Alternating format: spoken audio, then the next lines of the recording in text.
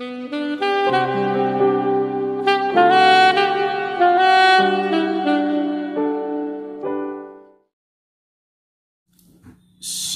puji Tuhan kita bisa berjumpa lagi dalam pelajaran tentang eskatologi ataupun pelajaran tentang akhir zaman. Dengan harapan sebagai umat, sebagai orang percaya kita bisa memahami tentang akhir zaman secara baik sehingga memantapkan iman kita kepada Yesus Kristus, tetapi juga mengingatkan kita akan pengharapan yang mulia, pengharapan bagi kita orang yang percaya, yang beriman kepada Kristus mengenai kedatangannya yang kedua kali. Ketika dia pernah bersabda, "Jangan kecut dan jangan tawar hatimu, sebab aku pergi ke sana untuk menyediakan tempat bagimu. Dan setelah saya menyediakan tempat bagimu, aku akan kembali untuk menjemput kamu, supaya di mana aku berada, di situ pun kamu berada." Itu menjadi pengharapan kita.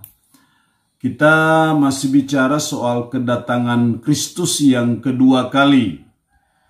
Di pertemuan yang lalu kita bicara soal pandangan-pandangan tentang kedatangan Kristus yang kedua kali. Ada yang premil, ada yang postmil, ataupun ada yang amil. Hari ini kita khusus bicara soal waktu kedatangan Kristus yang kedua kali. Sudah barang tentu kedatangan Kristus yang kedua kali yang seringkali disebut parousia harus dibedakan dengan rapture atau pengangkatan gereja. Yang kita bicara di sini adalah mengenai parousia atau kedatangan Kristus yang kedua kali. Pertanyaan yang sangat penting adalah kapan Kristus datang pada kali yang kedua? Kalau kita belajar dari firman seperti dalam Matius 24 ayat 36, Yesus pernah berkata bahwa soal waktu dan kedatangannya tidak ada seorang pun yang tahu. Malaikat pun, Yesus pun tidak tahu kecuali Bapa yang tahu. Ayat ini menunjukkan bahwa kedatangan Kristus itu sesuatu yang misteri. Untuk kita tahu waktunya secara pasti. Kapan, tanggal berapa, tahun berapa Yesus akan datang. Tapi kita perlu memahami juga dulu bahwa ketika Yesus berkata bahwa anak manusia pun tidak tahu, Yesus pun tidak tahu, saya percaya bahwa dalam kapasitas Kristus sebagai manusia, kan kita tahu bahwa Kristus memiliki dua sifat, manusiawi dan ilahinya. Sebagai manusia pasti dia tunduk pada keterbatasan sebagai manusia. Dia merasa lapar, rasa haus, bisa mati, itu karena manusianya. "Allahku, Allahku, mengapa engkau meninggalkan aku?" Itu unsur manusiawinya. Demikian juga ketika dia berkata anak manusia pun tidak tahu, Yesus pun tidak tahu, itu unsur kemanusiaan ataupun keterbatasannya. Tapi dari unsur ilahi pasti dia tahu kapan dia akan datang. Tapi di sisi yang lain juga bahwa Yesus mengatakan bahwa anak manusia pun tidak tahu, untuk menunjukkan bahwa kedatangan Kristus itu sesuatu yang bersifat rahasia. Karena itu sesuatu yang bersifat spesial, khusus. Sehingga hanya Bapa saja yang tahu. Tapi dari kebenaran firman Allah, setidaknya kita mendapatkan suatu gambaran kapan kedatangan Kristus yang kedua kali. Jadi kedatangan Kristus yang kedua kali itu di akhir suatu masa yang seringkali kita sebut dengan masa tribulasi atau masa kesengsaraan selama 7 tahun di muka bumi. Ketika firman Allah menubuatkan bahwa suatu waktu dunia ini akan dikuasai oleh seseorang yang namanya Antikris dengan cap 666, cap 666. Suatu waktu dunia ini akan dikuasai oleh satu orang itu. Siapa satu orang itu kita tidak tahu. Kalau kita melihat dari sistem ekonomi dunia, sistem moneter, sistem perdagangan, bahkan sistem politik, kecenderungannya semakin mengerucut. Artinya apa? Memudahkan memang seseorang untuk bisa menguasai dunia ini suatu waktu. Tapi itu nubuat yang kita masih menunggu kapan waktunya itu akan terjadi. Nah, setelah kita mengalami masa tribulation, masa sengsara, lebih kurang 7 tahun yang dibagi 3,5 tahun pertama dan 3,5 tahun kedua, di akhir masa tribulasi itulah Kristus datang yang kedua kali bersama-sama dengan para sale-salenya. Di akhir itulah terjadi yang namanya perang Harmagedon, Gog Magog. Di situ Kristus membantai semua antikristus dan semua pengikut-pengikutnya. Nah, disitulah kita memahami dan tahu bahwa kedatangan Kristus yang kedua kali itu di akhir masa tribulasi atau masa sengsara. Yang kedua juga kedatangan Kristus yang kedua kali itu kapan terjadinya itu di awal Millennium Kingdom atau di awal kerajaan 1000 tahun. Akhir dari masa kesengsaraan, tetapi awal dari masa Millennium Kingdom, kerajaan 1000 tahun. Karena ketika dia datang pada kali yang kedua, dia menginjakkan kaki di bumi. Di situ, pada waktu dia naik ke surga, para malaikat berkata, "Hai kamu orang Galilea, kenapa kamu melihatnya? Yesus yang terangkat itu akan kembali dengan cara yang sama di tempat dia naik pada waktu itu." Nah, disitulah dia akan menginjakkan kaki di Yerusalem dan akan mengawali suatu pemerintahan yang namanya Millennium Kingdom atau kerajaan 1000 tahun.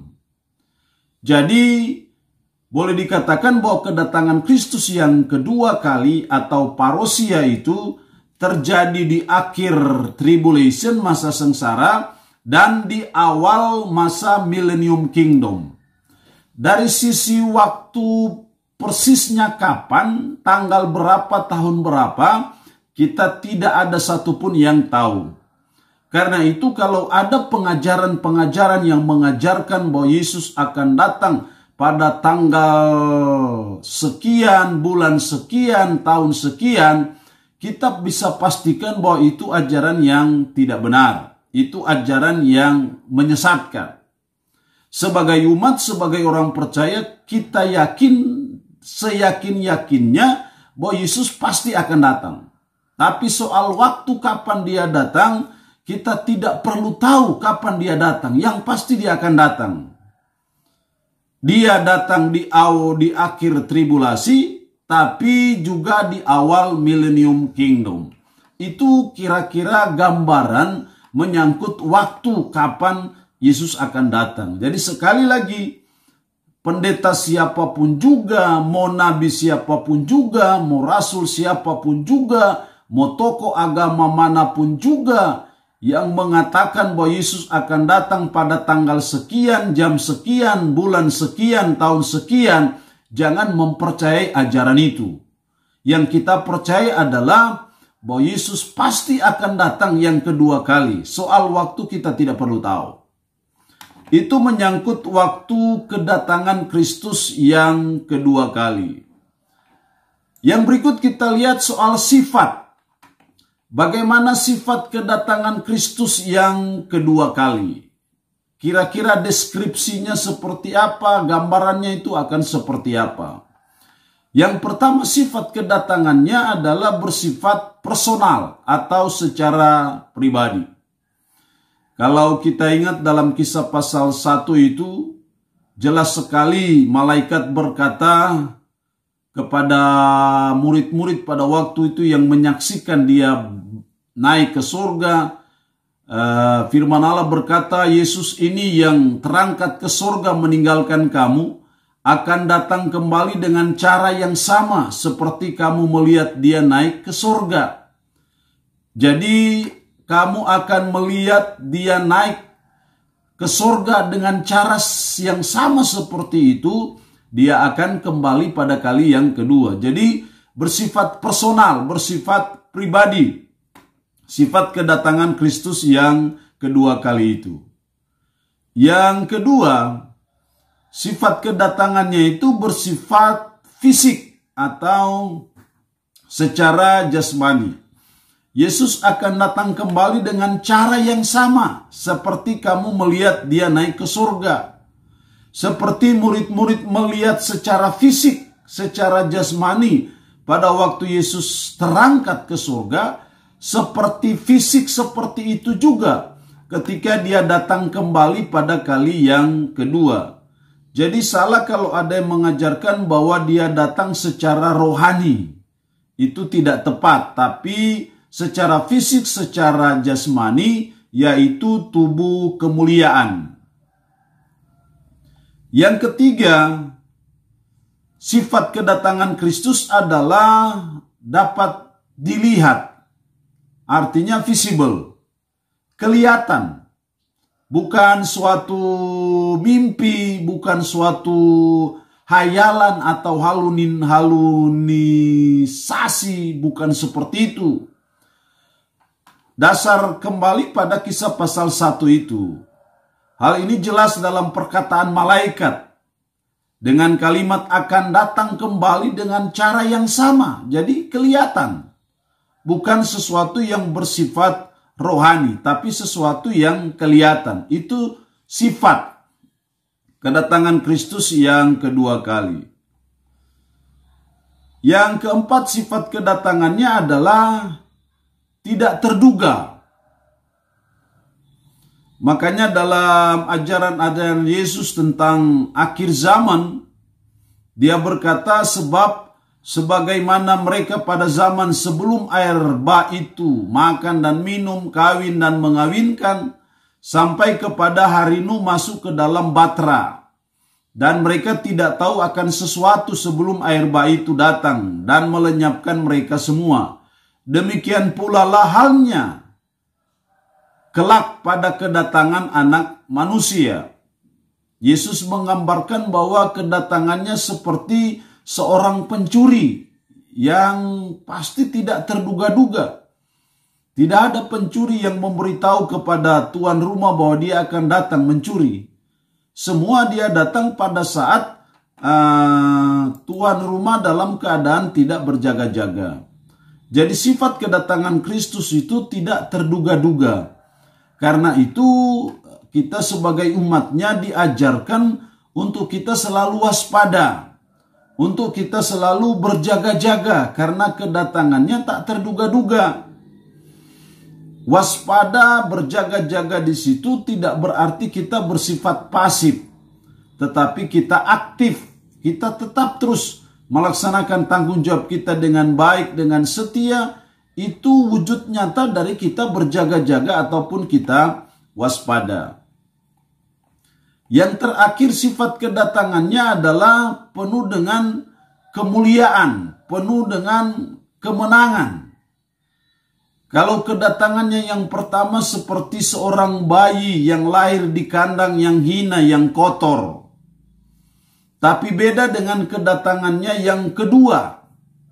Penuh dengan kemuliaan karena dia raja di atas segala raja dan Tuhan di atas segala Tuhan. Dia yang akan menjadi hakim bagi seluruh umat manusia.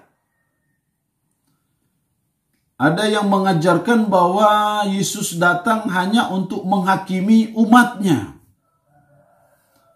Sudah barang tentu tidak mungkin Tuhan hanya mau menghakimi orang tertentu, kelompok tertentu atau komunitas tertentu. Yesus datang sebagai Tuhan, sebagai Raja, akan menghakimi seluruh umat manusia. Siapapun dia dan apapun dia, termasuk apapun agamanya, akan dihakimi pada waktu kedatangannya yang kedua. Karena itu kedatangannya yang kedua itu sebagai hakim yang akan menghakimi seluruh umat manusia. Jadi tidak apa-apa kalau selama ini dia dihina, selama ini dia difitnah, selama ini Kristus disepelekan, tidak apa-apa. Karena ada waktu dan ada saat dia datang dengan segala kemuliaannya pada kedatangannya yang kedua kali. Disitulah dia akan menyatakan sebagai raja, tapi juga sebagai hakim yang akan menghakimi semua umat manusia. Itulah gambaran sepintas mengenai sifat dari kedatangan Kristus yang kedua kali. Yang berikut masih hubungan dengan kedatangan Kristus yang kedua kali, kita melihat tujuan. Apa sebenarnya tujuan ataupun maksud kedatangan Kristus yang kedua kali? Yang pertama, untuk menggenapkan semua perjanjian, karya penyelamatan kepada umatnya. Kedatangan Kristus yang kedua kali menggenapkan ataupun juga menaklukkan musuh yang terakhir, yaitu maut dan dosa, di mana tidak ada satupun manusia bisa mengalahkan itu. Jadi dia datang itu yang kedua kali itu akan memberi upah, pahala kepada umatnya yang beriman kepadanya, yang percaya kepadanya mengenai keselamatan. Dan keselamatan merupakan harta terbesar dalam hidup. Sampai Yesus pernah berkata, apa gunanya engkau memperoleh seluruh isi dunia ini kalau jiwamu binasa? Artinya apa? Keselamatan jiwa kita jauh lebih berharga dari seluruh isi dunia ini. Dan keselamatan itu saudara dan saya dapatkan, peroleh karena kita beriman kepada Yesus Kristus, bukan karena kita beragama. Kita orang yang beragama Kristen sekalipun, kita 7 turunan kita beragama Kristen. Tapi kalau kita tidak percaya, tidak beriman kepadanya, kita pun tidak akan memperoleh keselamatan itu. Jadi keselamatan itu bukan karena kita beragama tertentu. Termasuk kita beragama Kristen sekalipun. Yang menjamin keselamatan kita itu pribadi, oknum. Namanya Yesus Kristus yang sudah mati di Kalvari, di Bukit Golgota, demi dan untuk menebus dosa-dosa kita. Sehingga orang yang percaya, yang beriman kepada Dia, yang sadar akan dosanya, dan bertobat dari dosa-dosanya, percaya kepada Kristus, disitulah dia akan memperoleh keselamatan. Kita tahu ayat yang sangat familiar bagi kita, Yohanes 3:16. Karena begitu besar kasih Allah akan dunia ini, sehingga ia telah mengaruniakan anaknya yang tunggal, supaya setiap orang yang percaya kepadanya, perhatikan kalimat ini, setiap orang yang percaya kepadanya. Bukan setiap orang yang beragama Kristen. Karena orang beragama Kristen belum tentu percaya atau beriman kepada Kristus. Kita beragama Kristen, KTP kita Kristen karena faktor keturunan. Bapak kita, mama kita Kristen, tetek kita, nenek kita Kristen, lahirlah kita Kristen. Tapi kalau melihat hidup kita, sebenarnya hanya beda-beda tipis dengan komunis saja. Persoalan karena hanya faktor keturunan. Bukan agama yang menjamin keselamatan kita. Tapi pribadi Yesus Kristus yang menjamin keselamatan kita. Jadi jelas Yohanes 3:16, setiap orang yang percaya kepadanya. Nya di situ adalah Yesus Kristus, bukan percaya kepada Allah, tapi percaya kepada Yesus Kristus, beriman kepada Yesus Kristus, bukan beriman kepada Allah. Karena Allah itu sudah menyatakan diri dalam pribadi namanya Yesus Kristus. Setiap orang yang percaya kepadanya, kepada Yesus Kristus, firman Allah berkata tidak binasa. Akibatnya tidak binasa Tidak binasa di situ artinya bahwa tidak mengalami penghukuman di neraka, melainkan beroleh hidup yang kekal. Itu perkataan Yesus yang mempertegas kepada saudara dan saya bahwa keselamatan saudara dan saya akan peroleh hanya karena Anda percaya, beriman kepada Yesus Kristus. Saudara dan saya akan memperoleh keselamatan.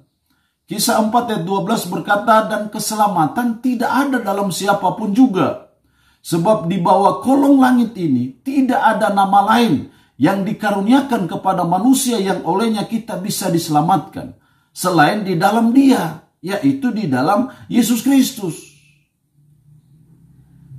Karena itu agama boleh banyak. Para rasul boleh banyak, para nabi boleh banyak, para tokoh agama boleh banyak, apa saja boleh banyak. Boleh banyak jalan menuju ke Roma.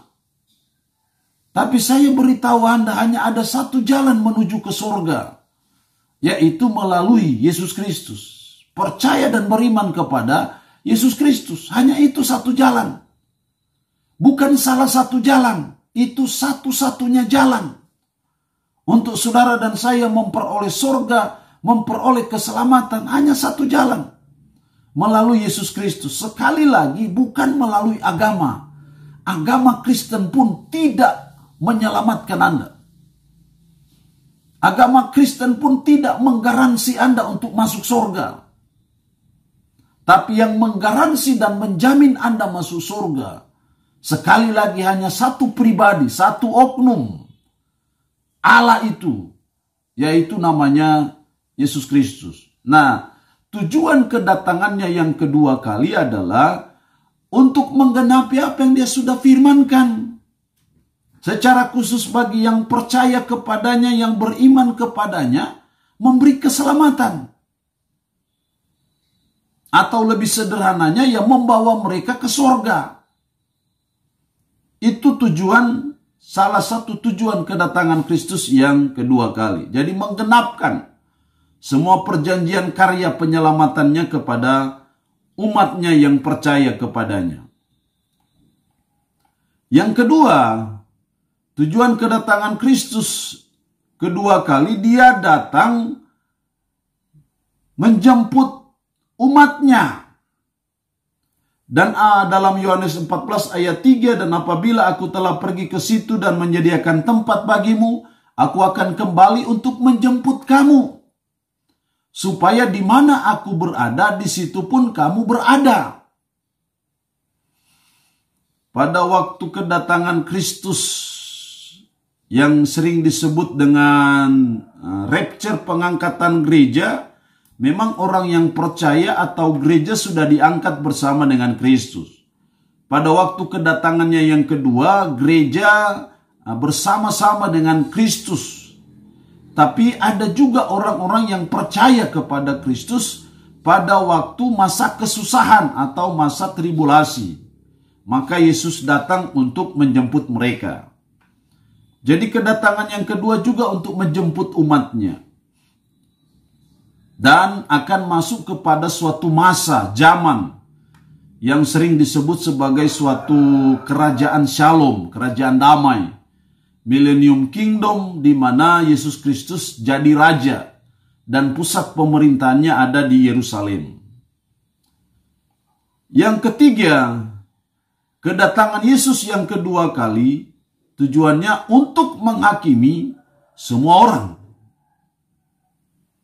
Siapapun Anda, apapun Anda, bagaimanapun Anda, Yesus datang pada kali yang kedua sebagai hakim.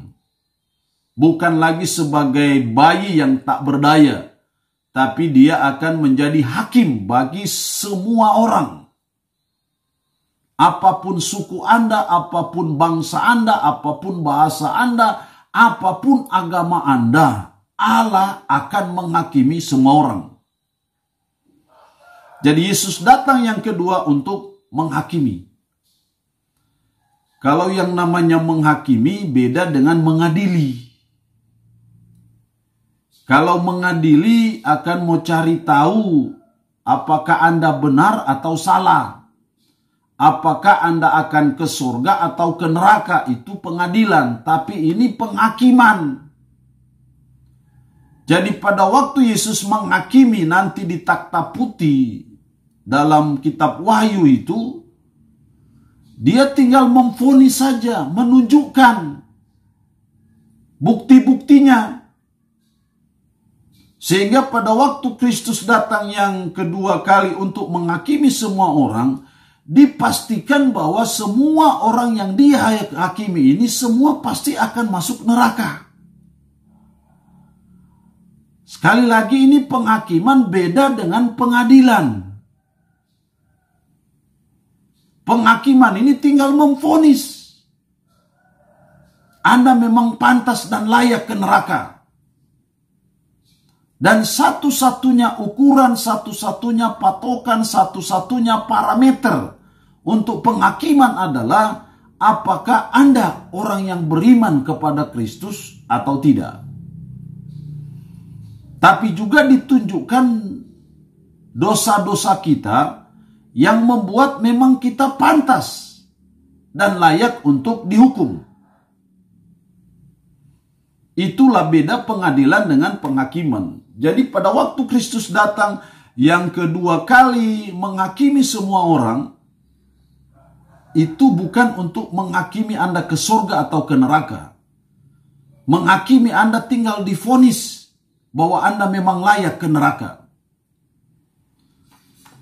Karena itu, sebagai umat, sebagai orang percaya, tidak apa-apa kalau selama ini kita dihina, selama ini Kristus dihina, tidak apa-apa. Kalau selama ini Kristus dicaci maki, diejek, diolok, tidak apa-apa. Bahkan mungkin pengikut-pengikutnya juga diejek, diolok, dihina, tidak apa-apa. Kita sabar saja. Karena toh ada waktu, ada saat dia akan menjadi hakim bagi seluruh umat manusia, apapun agamanya. Jadi kedatangan Kristus yang kedua kali untuk menjadi hakim, itu tujuannya. Yang ketiga, keempat, kedatangannya yang kedua kali untuk membangkitkan orang mati. Pada saat kedatangannya yang kedua kali, maka akan terjadi bahwa semua orang benar dari seluruh zaman akan dibangkitkan Tuhan. Jadi kita akan ada orang dibangkitkan pada waktu Kristus datang pada kali yang kedua. Tujuannya yang terakhir untuk kedatangannya adalah untuk menetapkan pemerintahan orang percaya. Atau dengan kata lain, untuk membangun suatu kerajaan yang namanya kerajaan damai, yang namanya kerajaan Millennium Kingdom, yang namanya kerajaan 1000 tahun. Ini termasuk janji Allah kepada Daud soal takhta. Disitulah Kristus akan memerintah sebagai King of King, raja di atas segala raja. Dan pusat pemerintahannya itu ada di Yerusalem. Pada masa Millennium Kingdom, iblis akan diikat. Jadi ujian bagi umat pada waktu itu, suatu masa yang steril untuk memulihkan kembali kedaulatan Allah yang pada waktu awal di Taman Eden sudah dirusak dan dihancurkan oleh iblis. Millennium Kingdom, kerajaan 1000 tahun yang Yesus datang akan mendirikan pada waktu kedatangannya yang kedua kali. Itu mengembalikan Eden, Taman Eden yang hilang. Kita bersyukur bahwa pada waktu itulah gereja, orang yang percaya kepadanya akan jadi memerintah bersama dengan Kristus. Dan pusat pemerintahannya ada di Yerusalem. Sifat pemerintahannya adalah penuh dengan damai sejahtera karena rajanya adalah raja damai.